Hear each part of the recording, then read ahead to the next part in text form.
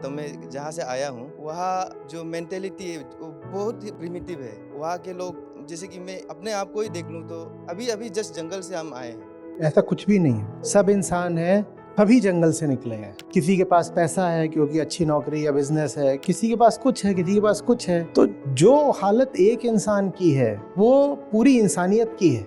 लोगों को कोई सिद्धांत पढ़ाना थोड़ी ही उद्देश्य है। लोग आईना देख सकें ये उद्देश्य है। व्यक्ति देख सके कि वो क्या कर रहा है, अपनी नजरों से साफ खुद देख सके, ये उद्देश्य है। वो काम अगर श्लोक से होता है तो श्लोक से करेंगे, संगत से होता है तो संगत से करेंगे, शब्द से तो शब्द से, मौन से तो मौन से, कह के तो कह के, खेल के तो खेल के। ये मत सोचो कि पुराने लोग हैं, जनजातीय लोग हैं तो इसलिए उनको समझने में असुविधा होगी। ऐसा नहीं है, समझाने का तरीका बदलना पड़ेगा। सब समझते, सब कोई दिक्कत नहीं है।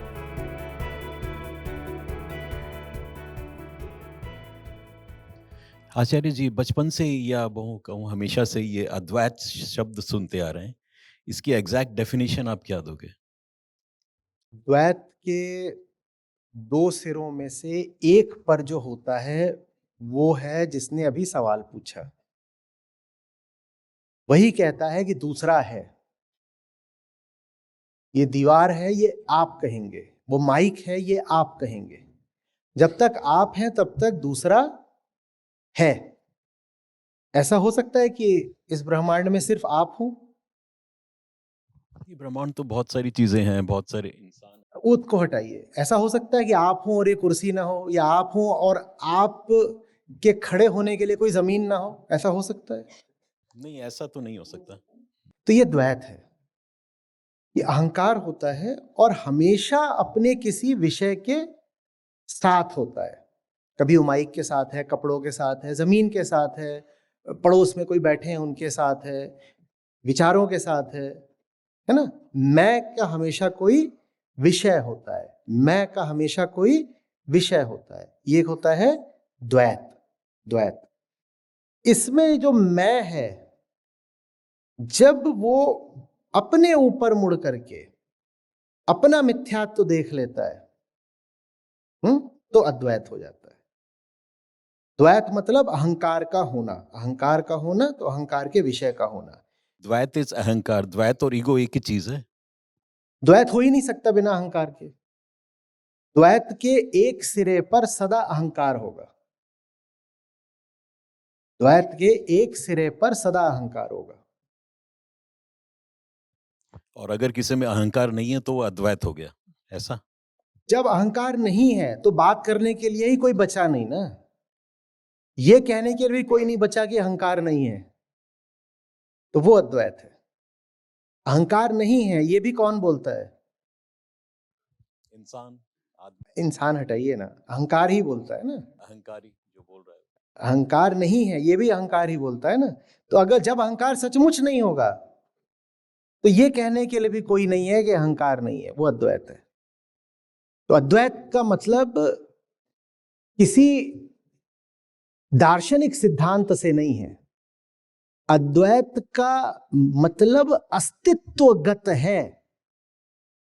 अद्वैत कोई दूर की चीज नहीं है कि उस सिद्धांत को मैंने जान लिया तो मैंने अद्वैत को जान लिया। अद्वैत का संबंध अपनी हस्ती से है, अपने अस्तित्व से है।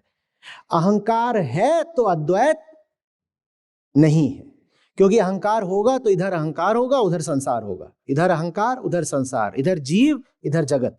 ये द्वैत है, इधर जीव इधर जगत। और इतनी ही नहीं है, जगत में भी तमाम तरह की विविधताएं दिखाई पड़ेंगी, उनको भी कई बार द्वैत बोल देते हैं।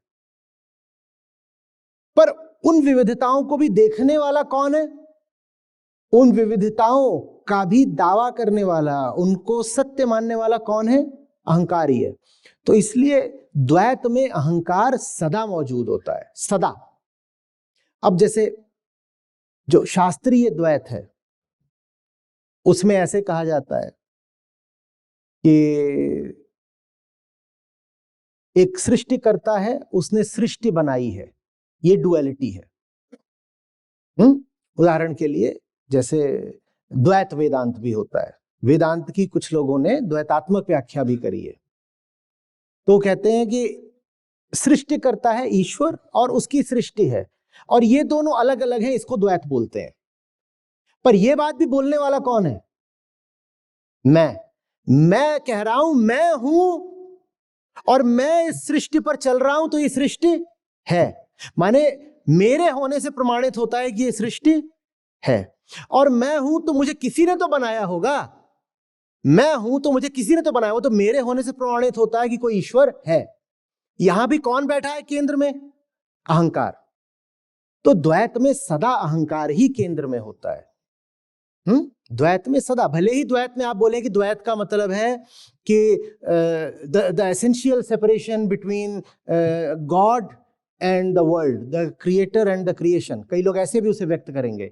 पर वहां भी आप देखिएगा कि बात अहंकार की ही हो रही है, क्योंकि क्रिएशन के पक्ष में तर्क यही दिया जाएगा कि मुझे ये सृष्टि दिखाई देती है, इसलिए सृष्टि है।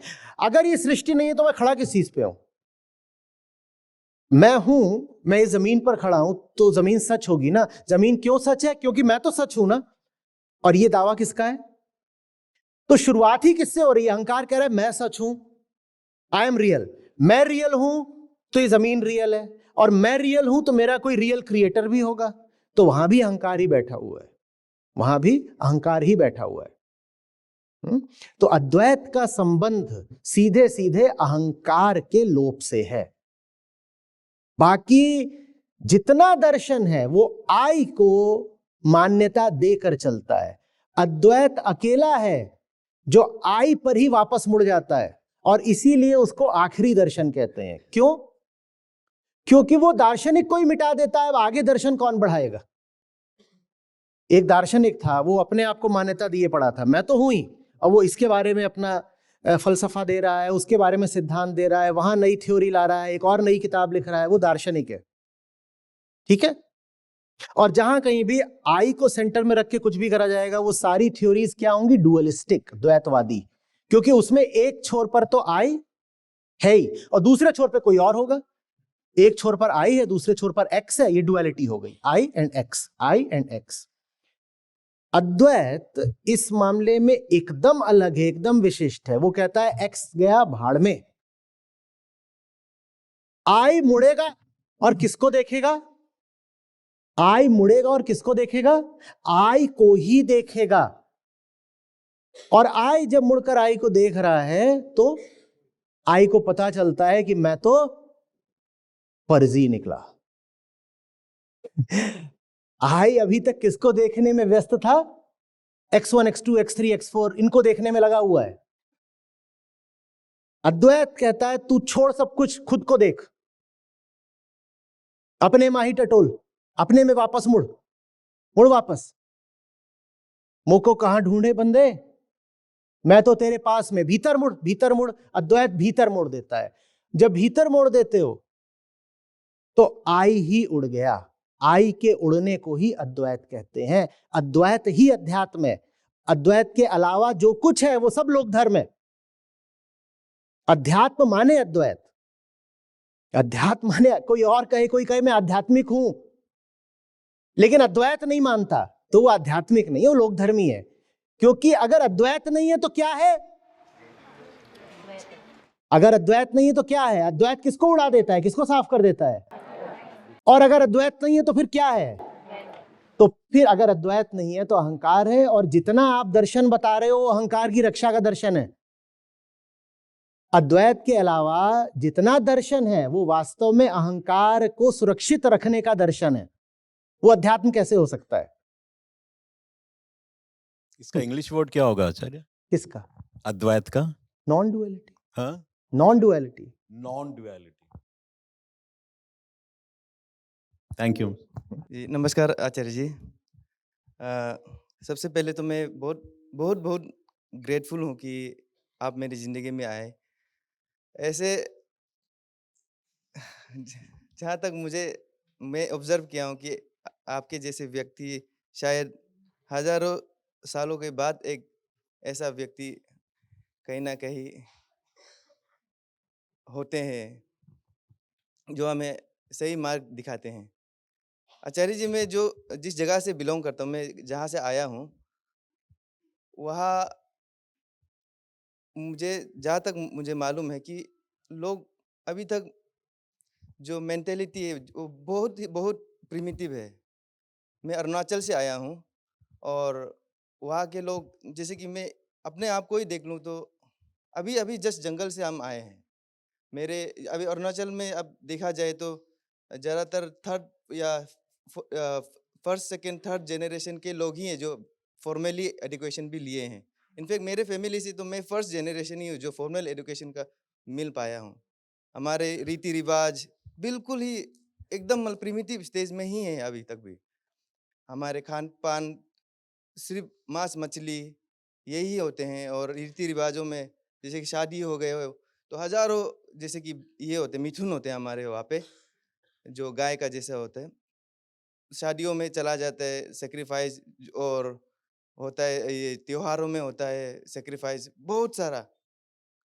तो मेंटालिटी अभी तक बहुत लो लेवल का है। उन तक ये आत्मज्ञान और ये बोध, ये आत्मज्ञान, अध्यात्म ये सब चीज़ तो दूसरा कोई डायमेंशन का चीज़ है। ऐसा कुछ भी नहीं है। सब इंसान है, सभी जंगल से निकले हैं। और इन शब्दों का इस्तेमाल करा जाए ये भी कोई ज़रूरी नहीं। क्यों तुम्हें बोलना है आत्मज्ञान या बोध, अगर ये शब्द तुम्हें या उन लोगों को भारी लगते हैं? कोई ज़रूरी नहीं है इनको बोलना। जी तो सभी रहे हैं ना, इंसान तो सभी है ना, भूलना नहीं। शुरुआत किसी ऊंचे सिद्धांत या दर्शन से नहीं होती है। शुरुआत हमेशा अपनी बेचैनी से होती है। तुम उन्हें जो भी बोलना चाहो, प्रिमिटिव है, अनएजुकेटेड है, ठीक है, बेचैन है कि नहीं है उनको पता ही नहीं कि हम बेचैन हैं। तो वो दिखाना पड़ेगा ना। किसी को नहीं पता होता। सबके पास अपनी बेचैनी को छुपाने के साधन होते हैं। किसी कोई कोई एकदम मेट्रो को बिलोंग करता है तो उसके पास एंटरटेनमेंट है, किसी के पास पैसा है क्योंकि अच्छी नौकरी या बिजनेस है, किसी के पास कुछ है, किसी के पास कुछ है। तो जो हालत एक इंसान की है वो पूरी इंसानियत की है। The human being represents humanity. ठीक है, बस बस रूप का अंतर होता है। एक ही बीमारी सबको लगी हुई है, अलग अलग रूपों में। उसी बीमारी को अज्ञान, अविद्या, अहंकार, जो बोलना चाहो बोलो। और उसका जो प्रथम लक्षण होता है वो होता है बेचैनी। बेचैनी। लोग रोते हैं कि नहीं रोते हैं? रोते हैं ना। लोग नफरत करते हैं कि नहीं? कभी कभार एक दूसरे से लड़ लेते हैं कि नहीं? लोगों को गुस्सा आता है ना। यही सब तो बेचैनी है। यही सब बेचैनी है। इस पर बात करो ना। तुम्हें क्यों वहां पर जाकर संस्कृत सुनानी है किसी को? नहीं, जैसे कि अब बेचैनी के पर भी मैं बात करना चाहूँ किसी से, तो उतना सोचने का भी कैपेसिटी शायद नहीं, ऐसा नहीं होता बेटा। अध्यात्म कोई बहुत ऊंची इंटेलेक्चुअल कैपेसिटी नहीं मांगता। ये भी एक अंधविश्वास है, झूठी मान्यता है कि विशेषकर अद्वैत उनके लिए है जो लोग इंटेलेक्चुअली शार्प है। और ये भी एक भ्रम है जो फैलाया गया है ताकि आम आदमी वास्तविक अध्यात्म से दूर रहे। भ्रम फैलाया गया है कि जो लोग साधारण बुद्धि के लिए हैं उनके लिए है लोक धर्म, और जो लोग बुद्धि से तेज हैं उनके लिए है अद्वैत या ज्ञान मार्ग। यह भी एक झूठ है जो फैलाया गया है। ऐसा कुछ नहीं है। साधारण बौद्धिक क्षमता हो तो भी इंसान साधारण तर्क तो समझ ही जाएगा ना। कौन सा यहां पर कैलकुलस की भाषा में बात हो रही है? कौन सा हम कह रहे हैं कि जब तक तुमको क्वांटम फिजिक्स नहीं आती तब तक तुम स्वयं को नहीं जान सकते? ऐसी कोई शर्त है क्या? आचार्य जी हमारे वहाँ तो वोकेबुलरी भी कम है। कोई समझ नहीं, कोई फर्क नहीं पड़ता। दुख है ना, बेचैनी है ना, उसको जिस नाम से भी इंगित करना चाहो करो। और बिल्कुल जरूरी नहीं है कि वही साधन इस्तेमाल करो जो मैं कर रहा हूं। मैं अगर कभी आऊंगा अरुणाचल तो हो सकता है कि सबको बैठा लूं और बस चुप हो जाऊं, या कुछ खेलना शुरू कर दूं, या इधर उधर की बातें करूं। लोगों को कोई सिद्धांत पढ़ाना थोड़ी ही उद्देश्य है। लोग आईना देख सकें ये उद्देश्य है। व्यक्ति देख सके कि वो क्या कर रहा है, अपनी नजरों से साफ खुद देख सके, ये उद्देश्य है। वो काम अगर श्लोक से होता है तो श्लोक से करेंगे, संगत से होता है तो संगत से करेंगे, शब्द से तो शब्द से, मौन से तो मौन से, कह के तो कह के, खेल के तो खेल के। बच्चों के साथ पहले मैं जाता था, बहुत बार नहीं गया पर 4-5 दफा 7 दफे गया होऊंगा, तो उनके साथ तो यही करना पड़ता था, खेलता था, नाचता था, कुछ करता था। मैं उनको ज्ञान देने लगूं तो सोना शुरू कर दें, तो मुझे फिर उन्हीं के जैसा बनना होता था। कभी कबूतर बनूं, कभी खरगोश बनूं, कभी कुछ बनूं, कभी कविता सुनाऊं, हंसाऊं उनको।